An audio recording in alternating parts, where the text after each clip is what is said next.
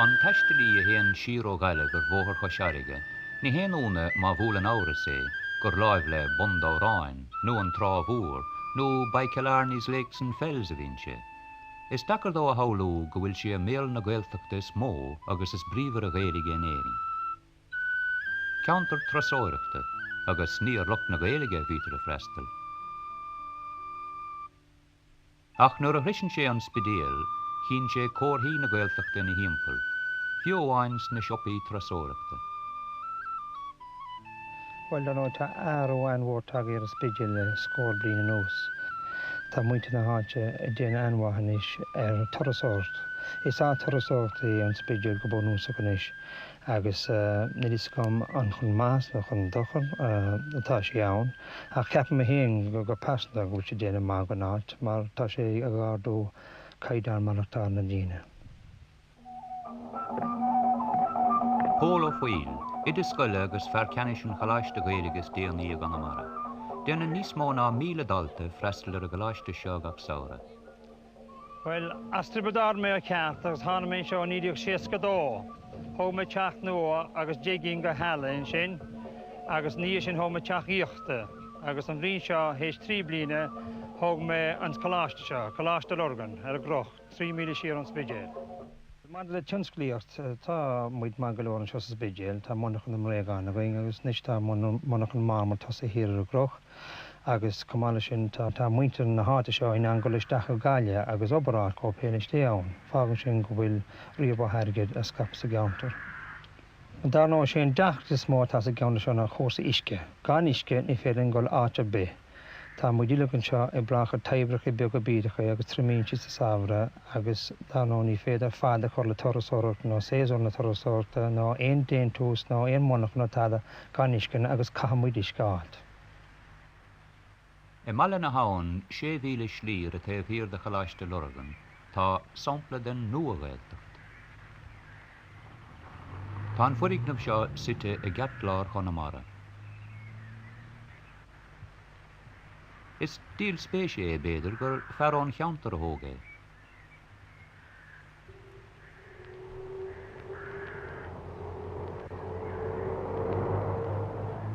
Tír dríochta. Tír a bheallan péintéirí agus é sa lín. Tír a bheal pádraig moc píris, rosmoc. Tachan fírsig. Sa tach seo chanig sé eisling. Éire mar bachórdí a bheith. Ceann eile den na monarchan atá bunathaige Gaeltar éir na Connemara. Fídóireacht a bhín ar siúl sa cheann seo a rosmoc, suas le trocha duine fosta hain, iad tréanáltachan na hebre i Gaeltar.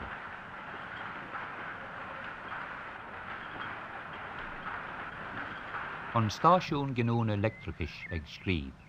Ceann na stáisiún bheaga a tóga chun maraga a láthar de bhóin lá bhainte. Díaltar 3 fúntan tonne an móin, agus tá ar sásta 30,000 tonne cheannach gach blian, ach ní dhéiteach timpeall 8,000 tonne. Ní fiú an taibh an tribilóid der na daine. An tainnim an Gaeilge faoi mar is cóir. Mar seo é an ceathrú rua, an ceantar is líonmhar a daine Connemara, agus an ceantar is mó cáil a meast lucht fólam in na Gaeilge. Tá na háisina sóisialtain seo, hala rinke, áisina airigadis. Osclaíodh bancan seo in irig. Deirtarling nach bhfuil éon bhanc eile in éon Gaeltacht a bhí na roscailtar feadh 5 lá gach 7.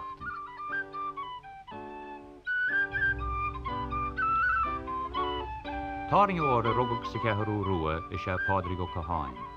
Is léochtaí a go láiste na hoscail ná clí is eistóir é agus saoránaí a bhfuil cáilir, chuirg cearnín leis amach le déanaí, ach an seo sa ceathrú rua atá an saoil is an leis.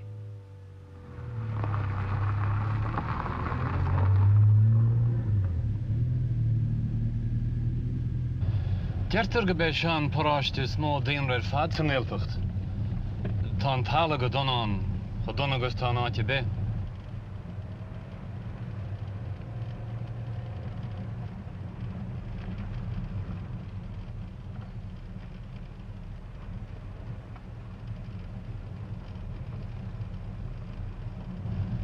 Tá airge búilte leneach, níl mór an spéise go bhfuid is mó gan na daine bheith gobar ar bharge.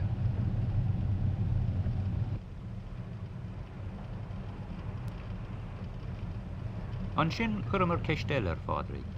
An raibh na daoine sásta le deisina idirchais an cheantar. Ó tá chulaí é séideachas agan in seo sa baráiste. Tá bunscoil bhreo agan, bunscoil an mhór. As rud spéisiúil marall ar a scoil sin, cé gur laidú a teacht ar na hibhreachan sin le blianta beag an uas. Creidim gur méadú céad faoin géad ar a líon líana na tháinig isteach anam líana. Tá scoil chuimsíthe agan in seo freisin. Creidim go bhí seo an chéad scoil chuimsíthe atá Connemara Gaeltacht. Tá sí lán suas le daoine agus tá Gaeilge go hanmhailethe. A tá na seanás an imime inis. Fiúháin na tithe, níl an éagsúlach céanans na tithe inis bhí an fadán ar a déanta na tithe ceantaí. Marall ar na grantan atá le fáil inis, bíonn ar loch tógála tithe clí leis na pleanan an siad nuair tugtar grant thóg. Agus is minic nach míon na pleanan leis an fellúnach go náite níontar na tithe. Tá féspa go teacht ar scéal le Gaeilge agus túirta fi dear a coppla teach an segus an siúd agus éagsúlachta idir iad hain agus na gná tithe grant atá le feiceáil.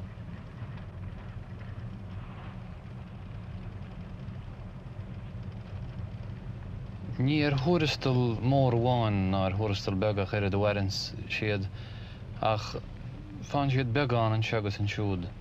Cruigás beagán ó halmhaíocht, beagán é leo bheith díal beithíoch, beagán éon ó iascaireacht, lá ibrin segus an siúd, sar nó a bheag nó bhór a Sasanna agus as America, agus ar nó an rud is seasta beidir ar fad, an